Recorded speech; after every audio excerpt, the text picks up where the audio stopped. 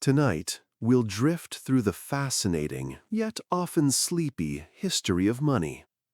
Imagine a time long ago, before coins or paper bills. How did people exchange goods and services?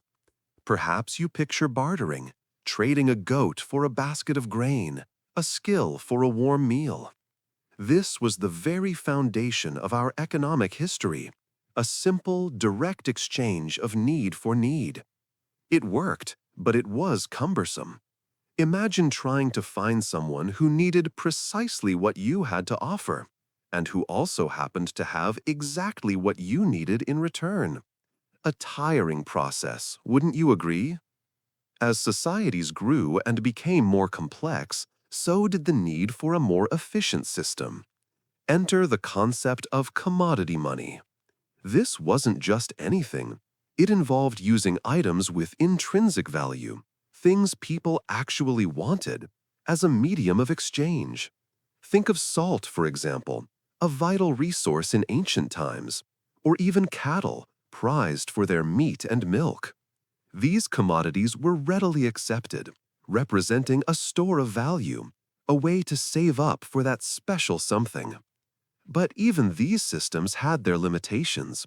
Transporting large quantities of salt or cattle across distances proved difficult. These systems were imperfect, prone to spoilage, or difficult to divide into smaller units for smaller transactions. The next step in this sleepy journey involved the invention of coinage. Imagine the quiet clink of early coins, minted from precious metals like silver and gold, appearing in ancient civilizations. These standardized units of value were a game changer, simpler to carry and to divide. Suddenly, trade became easier, allowing for greater economic development. The standardization gave a sense of security, knowing that a coin from one region held the same value as a coin from another, helping societies grow closer together. As you gently drift off to sleep, think of these early coins, their simple circular forms carrying immense historical weight, a testament to human ingenuity.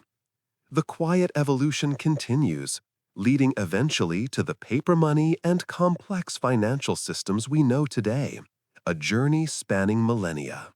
Let these quiet thoughts lull you into a peaceful slumber. Imagine a world without money. No coins jingling in your pocket, no cards swiping through a machine. Just the quiet rustle of fabric, the weight of a harvested crop in your hands, the satisfying thud of a newly crafted tool. This is the world of the barter system, the very dawn of exchange. Picture a small village nestled beside a slow-moving river.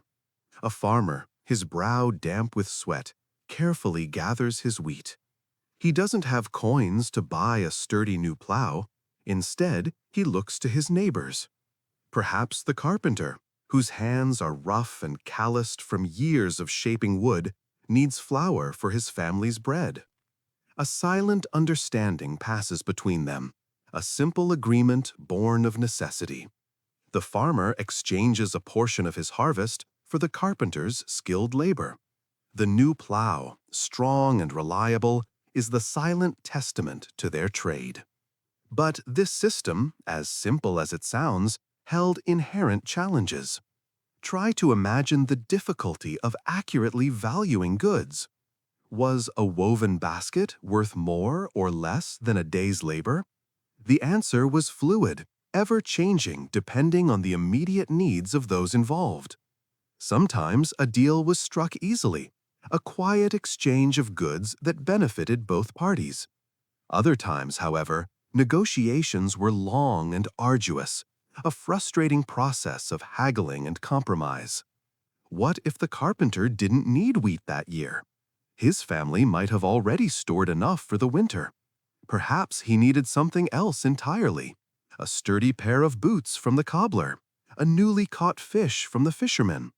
The process involved considerable effort to find someone who had what you needed and needed what you had.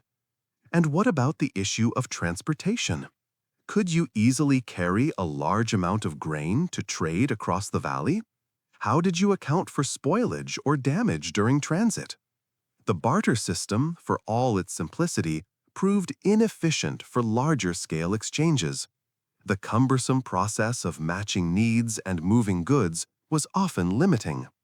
It was a world where a village's prosperity depended heavily on the diverse skills and resources within its small community. A slow, deliberate world, built on trust, bartering, and the quiet rhythm of daily life. A world where the value of things wasn't measured in numbers, but in shared needs and mutual benefit. A world, as you drift off to sleep, you can almost feel. Long ago, before coins and paper money, people needed a way to trade things of value. Imagine a world where you bartered, trading your woven baskets for a neighbor's extra goat. It worked, but it wasn't always easy. Finding someone who needed what you had to offer and who had what you needed in return could take time and effort. So, gradually, certain goods became widely accepted as a medium of exchange, a kind of early money. Think of the beautiful, iridescent shells found on faraway shores. For some ancient cultures, these weren't just decorations, they were currency. Picture a bustling marketplace, perhaps in a sun-drenched coastal town. Merchants carefully examined the shells, judging their size, luster, and rarity. A particularly large, perfectly formed shell might buy you a finely woven cloth, while smaller ones might be traded for a handful of dates or a small fish. The value wasn't arbitrary. It was built upon shared understanding within the community. The shells represented something everyone desired: beauty, rarity, a connection to the sea. In other parts of the world, cattle became the standard of value. Imagine vast plains dotted with herds of grazing animals. The number of cattle a person owned directly reflected their wealth and status. A strong ox ready for plowing might be worth considerably more than a younger calf. Trading cattle was a significant event, often involving elaborate negotiations and social rituals. The exchange of these powerful beasts cemented agreements and solidified relationships. And then there's salt. In many regions, especially those far from the sea, salt was a precious commodity. It wasn't just a seasoning, it was essential for preserving food, crucial for survival. Without it, meat and fish spoiled quickly. Picture yourself in a dry, inland village. A small amount of carefully harvested salt, obtained through arduous journeys or painstaking evaporation, might buy you a sturdy water skin or enough grain to see your family through the lean months. The value of salt, hard-won and life-sustaining, was undeniable. These early forms of money, shells, cattle, and salt, weren't just things.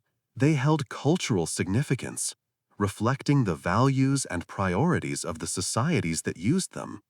They represent a fascinating glimpse into the origins of our economic systems, a slow evolution toward the more complex monetary systems we use today. Let these stories of ancient trade settle over you and drift off to a peaceful sleep. Now, picture this. Long ago, before paper money or even coins as we know them, people needed a way to trade goods. Imagine bartering, exchanging a chicken for a sack of grain, perhaps, or a woven blanket for a sturdy pair of boots. It was a clumsy system, wasn't it? Finding someone who needed what you had to offer and who also happened to possess what you needed in return, it was a challenge. That's where the allure of gold and silver began to shimmer. These precious metals, so rare and beautiful, held a unique appeal. Unlike a perishable good like grain or a quickly worn-out blanket, gold and silver lasted. They didn't spoil, rot, or easily break. Their inherent beauty meant they were valued across cultures, a silent language understood by people far and wide. And slowly, ever so gently, a shift began. Gradually, people started using small nuggets or carefully crafted pieces of gold and silver as a standardized way to exchange goods. A farmer might weigh out a certain amount of silver to pay a blacksmith for tools. A merchant might use a small gold coin to purchase spices from a distant land. The inherent value of the metal itself acted as a guarantee, a promise of worth. It was much simpler than trying to haggle over the value of a hand-woven rug or a year's harvest of apples. Over time, governments and rulers began to recognize the advantages of this system. They started minting coins, stamping standardized weights of gold and silver with their official markings. This gave these pieces of metal even greater trust and reliability. It was a slow, evolving process, a gentle unfolding of a new economic order. Imagine the quiet confidence someone must have felt holding a small gold coin in their hand, knowing its worth across vast distances and differing cultures. A single, beautiful piece of metal representing the fruits of their labor, a promise of future exchange, a tangible symbol of value in a world slowly moving toward a new, more interconnected era. The weight of the coin, the gleam of the gold, a silent promise whispered from one hand to another. And as you drift off to sleep, perhaps you can feel that weight, that gleam, that promise, yourself. Imagine, if you will, a time before paper money, before even the idea of a bank. Trade was a messy affair, a barter system of goods for goods. A farmer might exchange a sack of wheat for a blacksmith's tools, but what if the blacksmith didn't need wheat that day? Finding a fair exchange was difficult, time-consuming, and often inefficient. Then, a revolutionary idea emerged: the coin. The ancient Lydians, a people living in what is now Western Turkey, are often credited with this groundbreaking invention. Picture their first coins, small, carefully shaped pieces of metal, stamped with a simple design. These weren't just random chunks of metal, mind you. They were carefully weighed and standardized. Each coin represented a consistent value, a tangible unit of exchange. Suddenly, trade became easier, fairer, more efficient. The artistry soon blossomed. Early Greek coins, for example, often depicted their powerful gods and heroes. Imagine holding one of these ancient pieces, feeling the weight of history in your hand. See the image of Zeus, his powerful form etched into the silver, or perhaps the graceful profile of Athena, goddess of wisdom, staring back at you across millennia.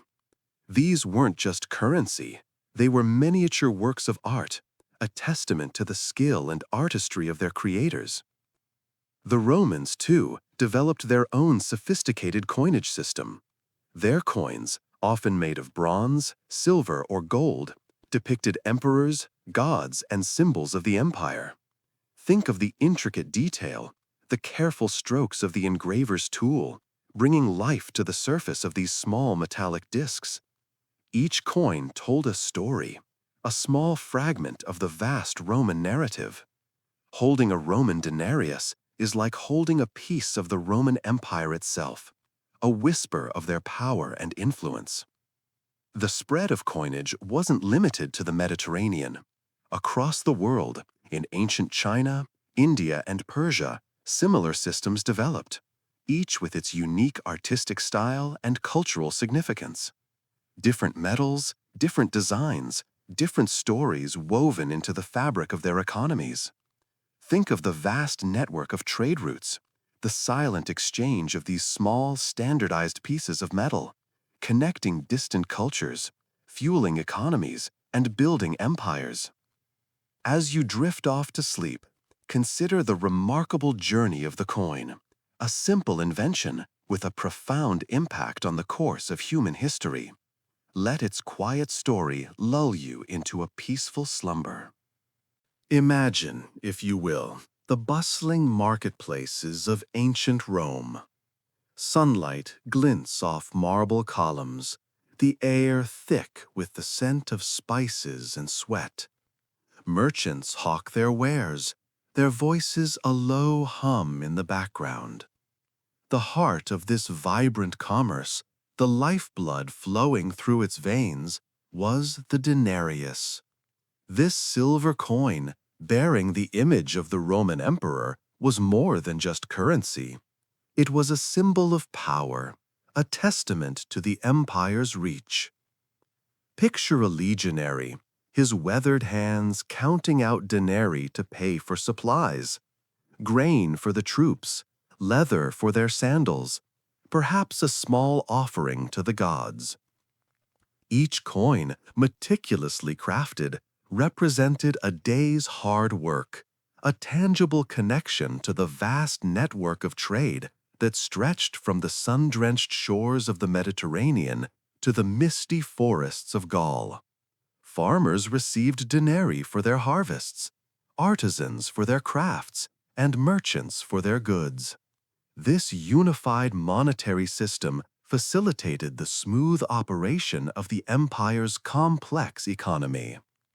The denarius's value wasn't just economic, it held social significance. Its weight, its purity, its very image spoke of stability and imperial authority.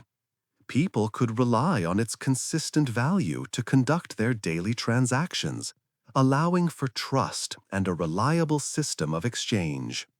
It fostered a sense of unity, reminding all citizens of their shared participation within the vast Roman world. As the empire expanded, so did the reach of the denarius. It traveled along well-worn trade routes, carried by merchants, soldiers, and travelers alike. It became a common currency across much of Europe, North Africa, and the Middle East. Think of the countless transactions that took place, the countless lives touched by this small yet powerful coin. But, like all things, the denarius's reign was not eternal. Over time, as the empire faced internal strife and economic pressures, the coin's silver content was gradually reduced, its value diminished. This devaluation contributed to the slow decline of the Roman economy, a quiet erosion mirroring the eventual fragmentation of the empire itself. The denarius, once a symbol of power and stability, became a testament to the ephemeral nature of even the most mighty empires. Yet its legacy persists, a silent echo whispering tales of a bustling past, reminding us of the enduring power of a well-structured monetary system. Now close your eyes and let the quiet hum of Roman commerce lull you to sleep. As the Roman Empire crumbled, so too did its unified monetary system. Imagine, if you will, the bustling marketplaces of a fading empire. The clinking of coins, once a symbol of stability, now becoming less reliable.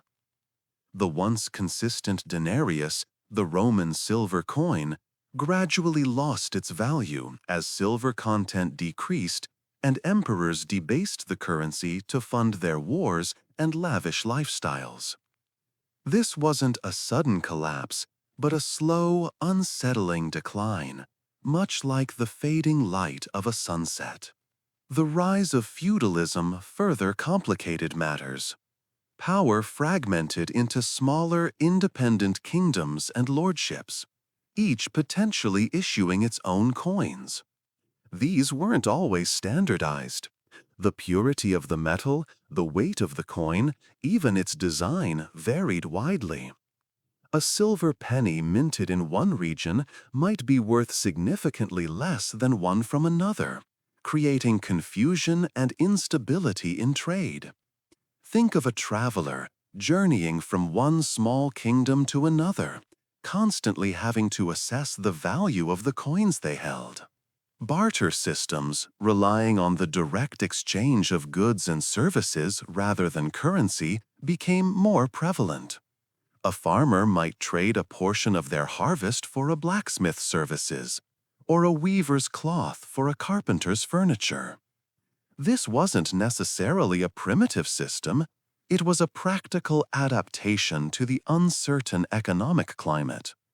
The absence of a reliable, widely accepted currency forced people to rely on trust and local relationships. Slowly, over centuries, new monetary systems began to emerge.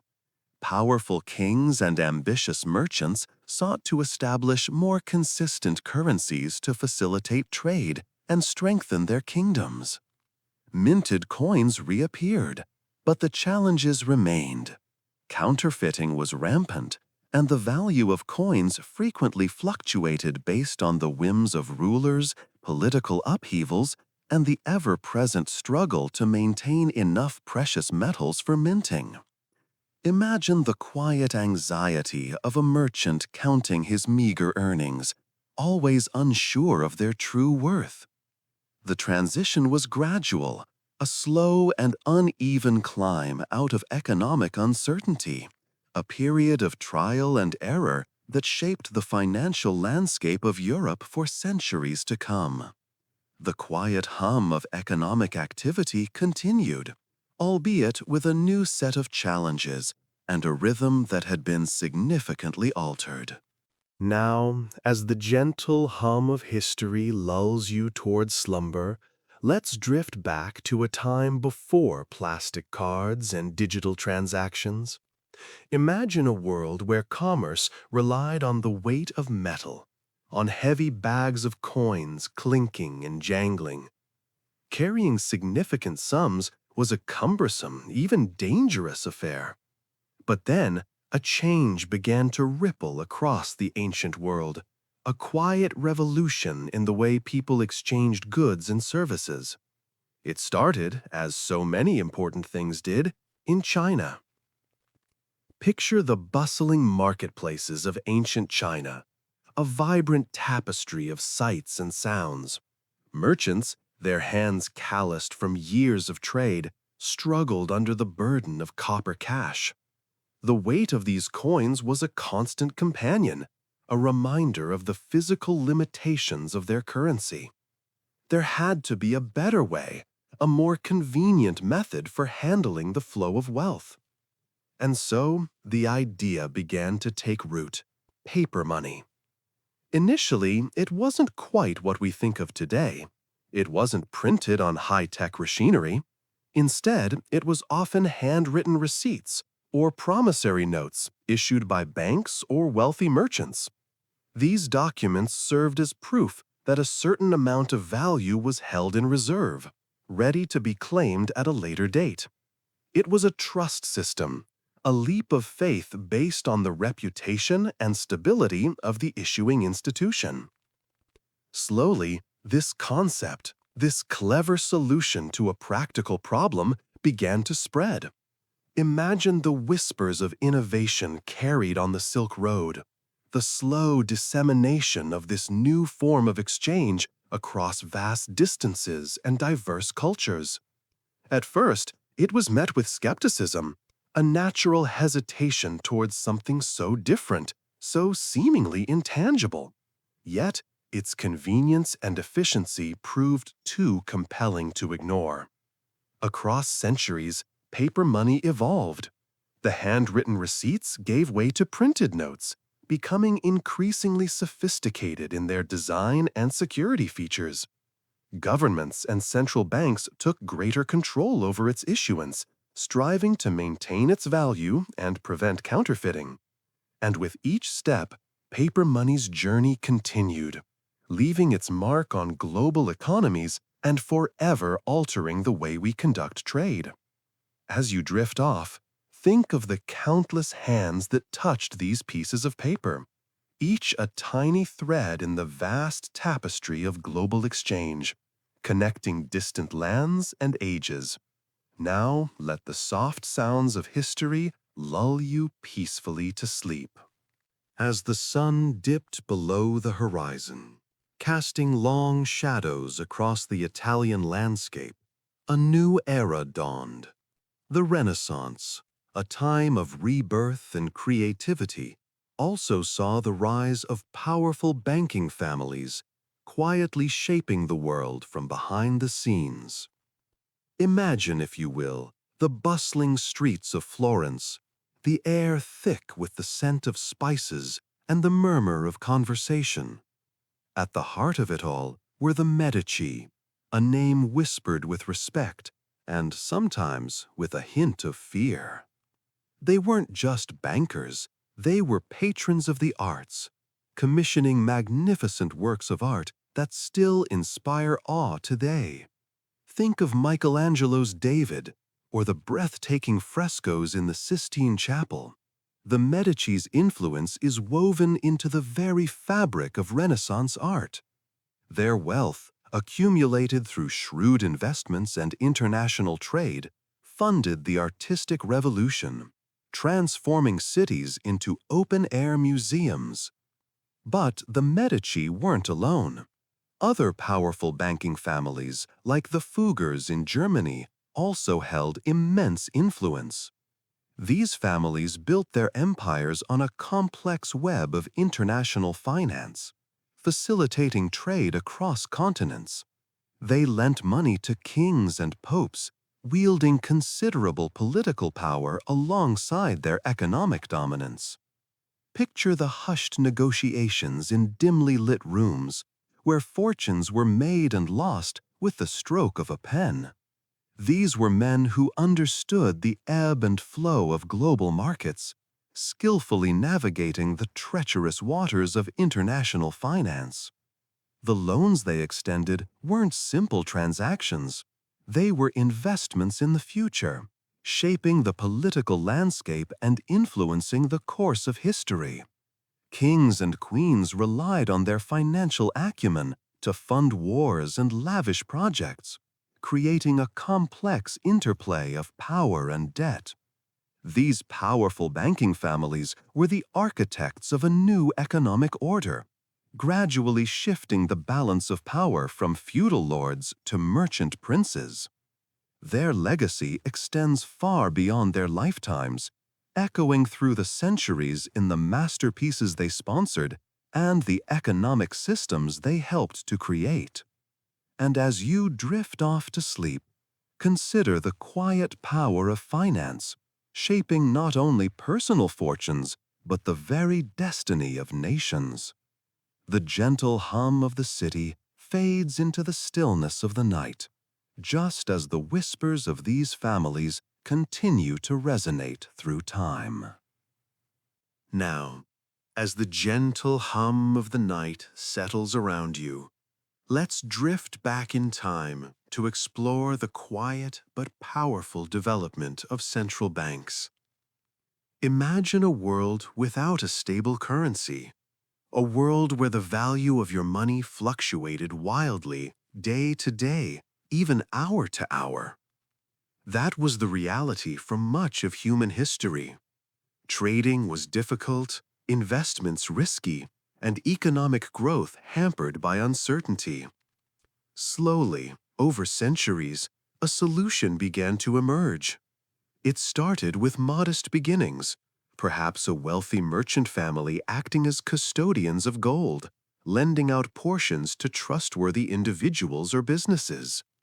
These early forms of banking offered a degree of stability, a safe place to keep savings and borrow money, a step beyond simply burying your gold in the backyard. As commerce grew, so too did the need for more formal systems. In the 17th century, some nations began to establish institutions with a broader mandate, aiming to manage the national currency and oversee the banking system. These were the first proto-central banks, often closely tied to the monarchy or the government. Their roles were initially limited, focusing primarily on lending to the government and occasionally acting as a lender of last resort to prevent financial panics. but their influence grew steadily. As nations became more interconnected through trade, the need for consistent and reliable currency exchange rates became ever more apparent. The management of a national currency became a critical factor in economic success. Central banks slowly took on responsibilities such as setting interest rates, regulating the money supply, and ensuring the stability of the financial system. They became guardians of the nation's economic well-being, working behind the scenes but with a profound impact on the lives of everyone. Their development was a gradual process, a series of adjustments and adaptations, always striving for more effective management of the financial landscape.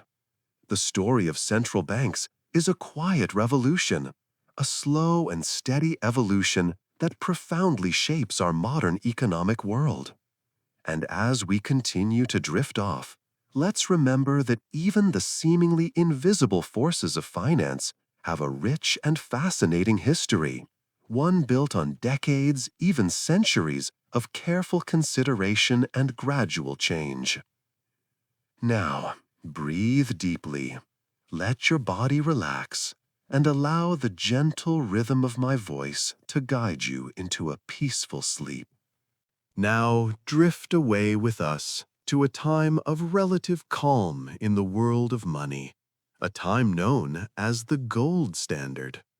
Imagine a world where the value of paper money, those crisp bills in your pocket or purse, was directly tied to the amount of gold a country held.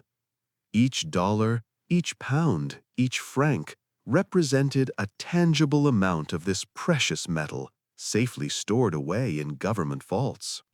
This connection, this anchoring to gold, provided a sense of security, a feeling of stability that the world hadn't always known.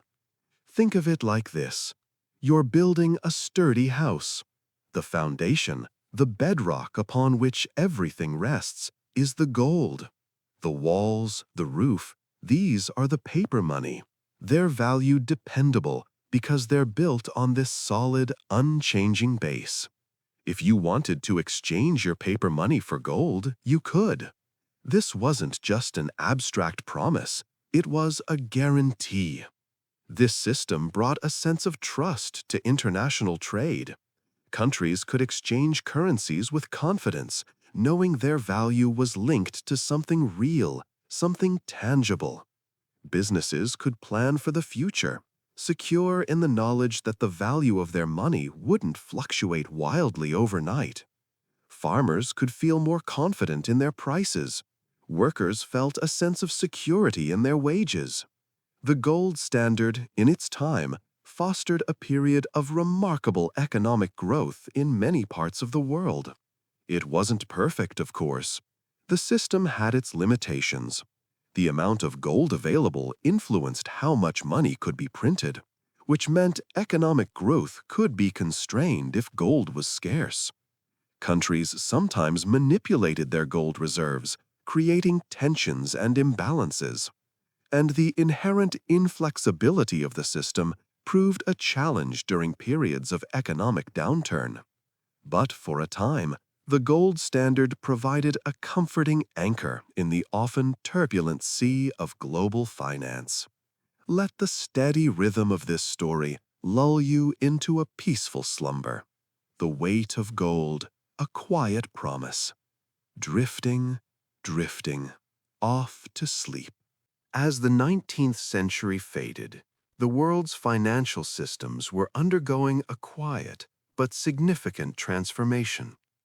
For centuries, currencies had been tied to precious metals, gold and silver, offering a tangible sense of value. But the 20th century saw the gradual rise of fiat currencies, a system where a currency's value is declared by the government issuing it, rather than being directly backed by a physical commodity. Imagine, if you will, a world where the money in your pocket isn't directly linked to the value of a certain amount of gold. This was the new reality. The shift began subtly, with governments gradually loosening their ties to the gold standard, often driven by the pressures of war and the need for flexible monetary policies.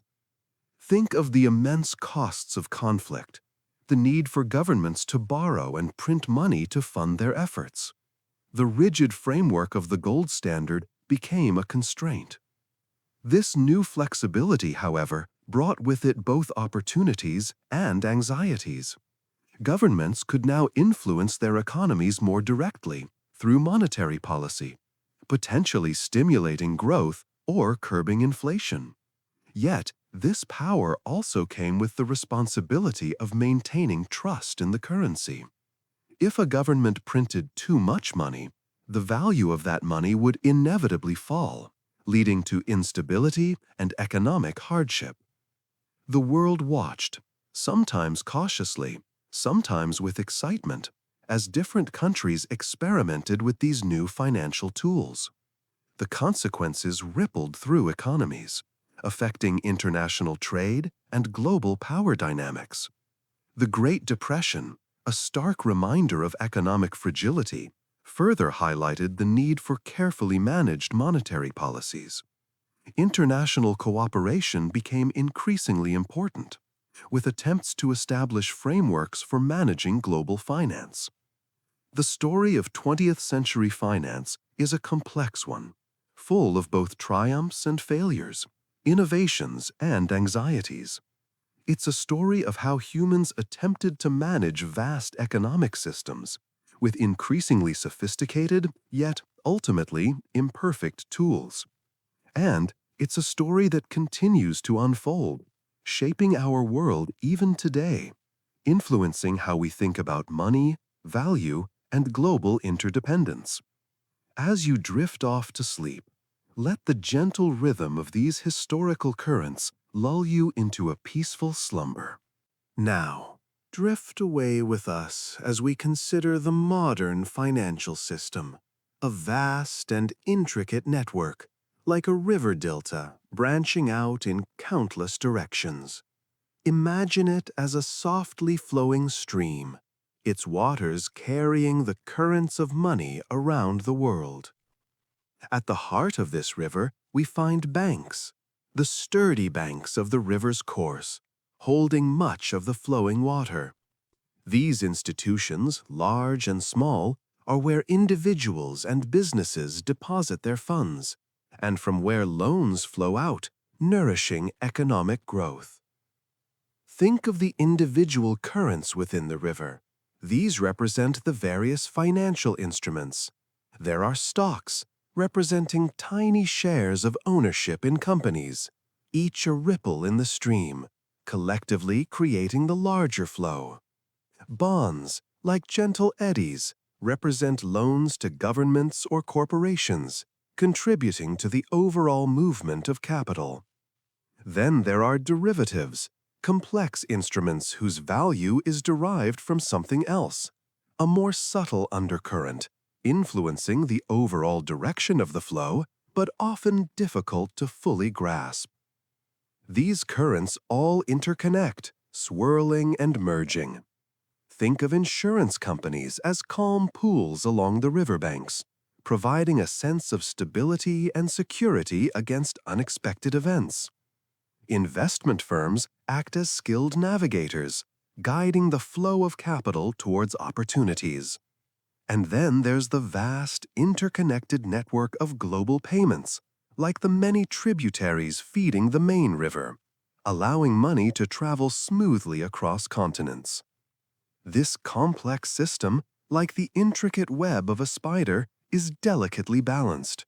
Each part plays a role in the overall flow, and a disruption in one area can create ripples felt throughout the entire system.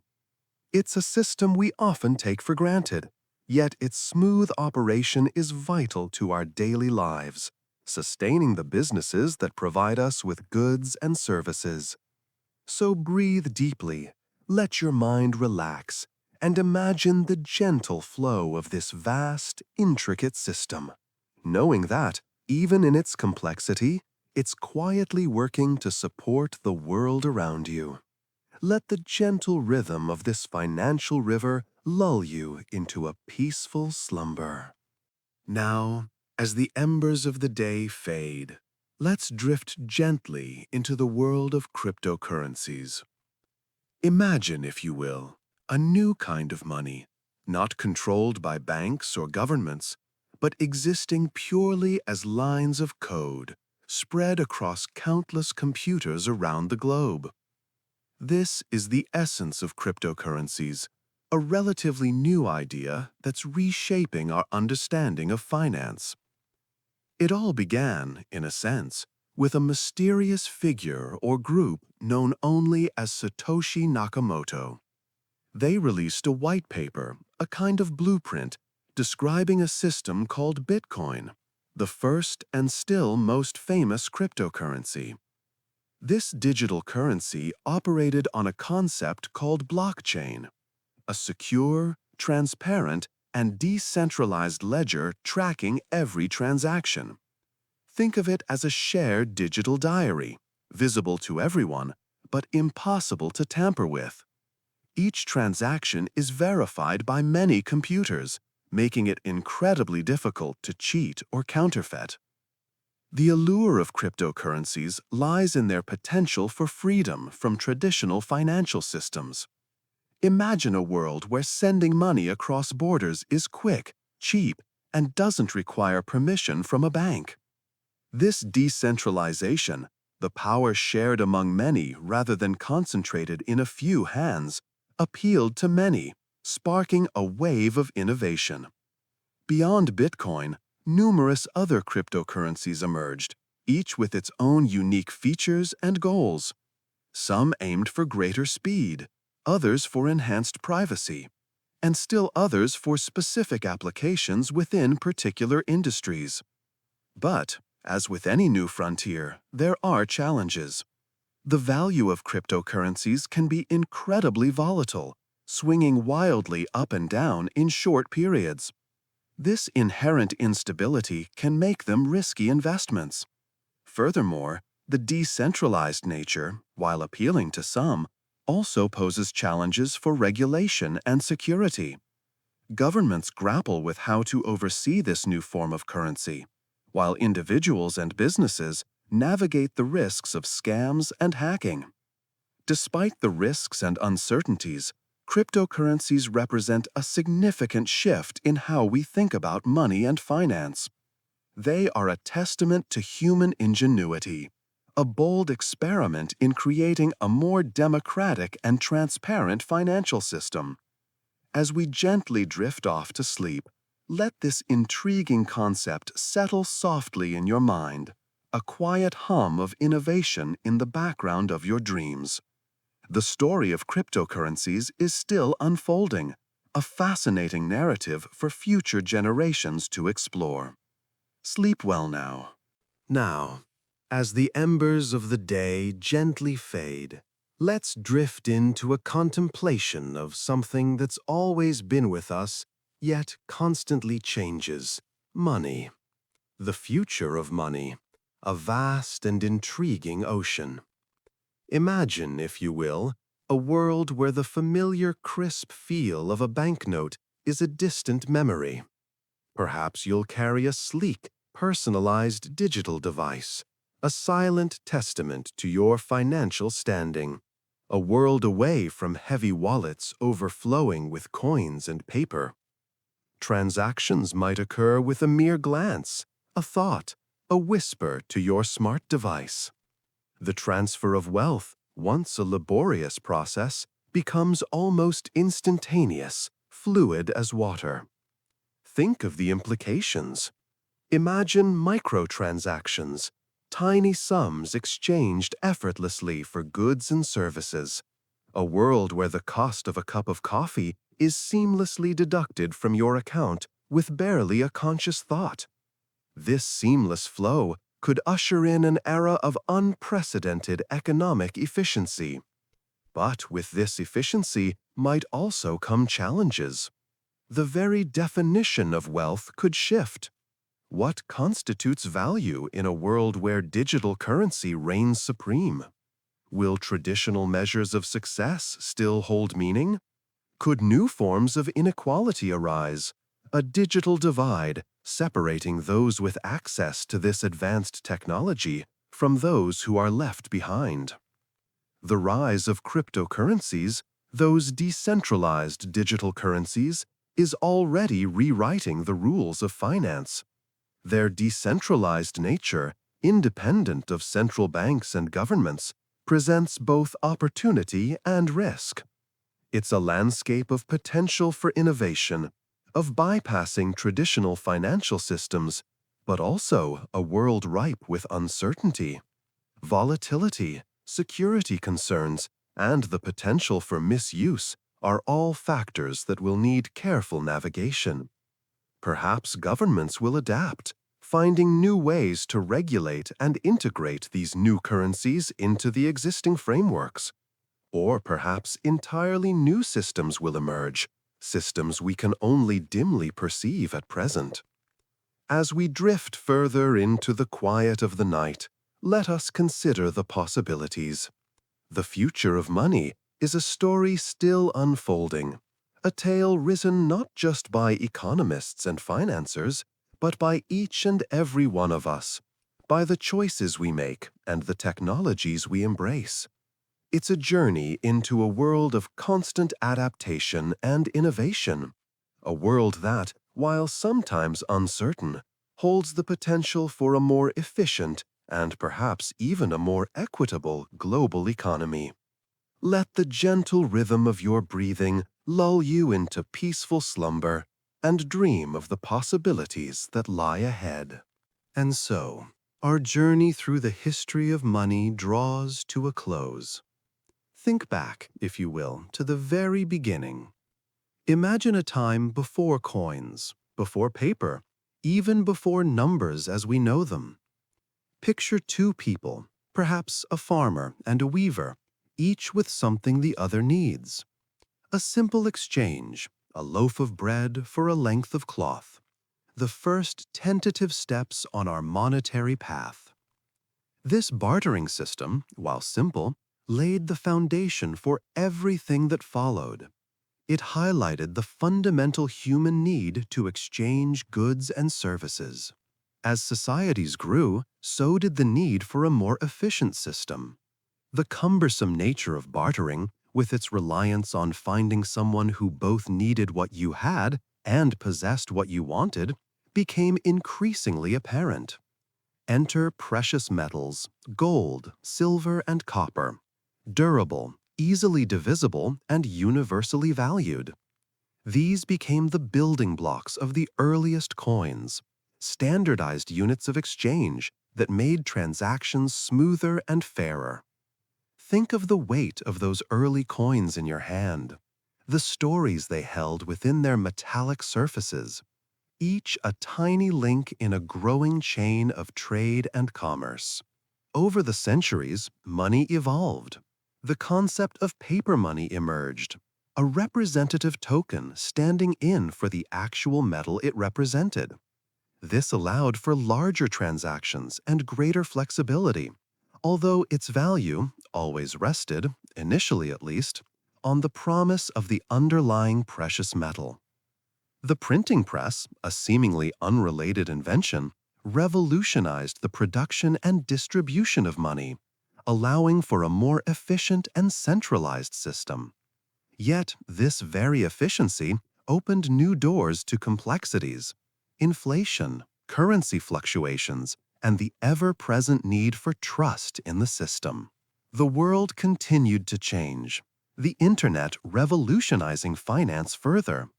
Digital currencies, electronic transactions, and global financial markets now operate on a scale almost unimaginable to those early bartering farmers.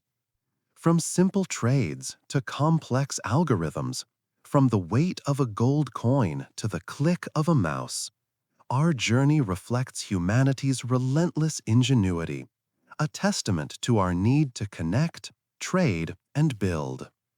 Allow yourself to drift off now, lulled by the rhythm of this long and winding story, the quiet hum of monetary history, fading into the gentle stillness of sleep. The year is 1776. Imagine the flickering candlelight in a small New England farmhouse.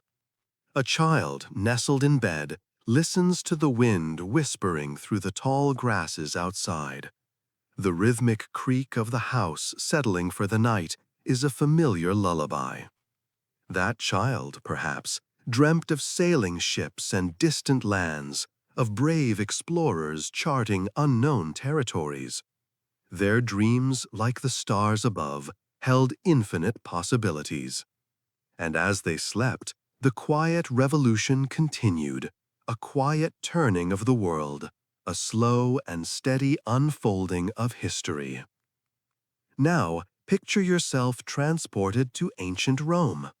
The sun dips below the horizon, casting long shadows across the cobbled streets. The sounds of the bustling city fade, replaced by the gentle lapping of water against the stone walls. You're lying on a simple bed, perhaps a woven mat on the cool stone floor, the scent of herbs and olive oil lingering in the air. The night air is warm, carrying the sounds of crickets chirping their nightly song. You drift off, perhaps dreaming of gladiators and emperors, of grand celebrations and quiet family moments. Let's travel further. Think of a nomadic tribe centuries ago, nestled around a crackling fire under a breathtaking canopy of stars. The rhythmic sounds of the fire, the low hum of conversation fading into the night, the gentle breathing of those around you, all create a symphony of tranquility. They dreamt of the hunt, of the changing seasons, of the spirits that guided their lives. Their dreams were woven into the fabric of the earth itself, grounded and connected to the natural world. And then, let's come to the present moment. You are warm and comfortable in your bed, the world outside muted, softened by the walls of your home. Perhaps you hear the gentle ticking of a clock, the far-off murmur of traffic, the soft rustling of leaves against your window. These are the sounds of our time, a tapestry of present and past. Close your eyes, breathe in slowly, and breathe out gently. Let the rhythm of your breath guide you. Let the images of these historical scenes, peaceful and calm, drift through your mind. Feel the weight of your body sinking into the mattress, muscles relaxing, tensions easing away. Let the gentle sounds of history lull you into a peaceful sleep. The past holds its breath as the present gently yields to the calm embrace of night. Good night and sweet dreams. May your slumber be filled with peaceful visions, quiet reflections, and the soft whispers of history. Sleep well.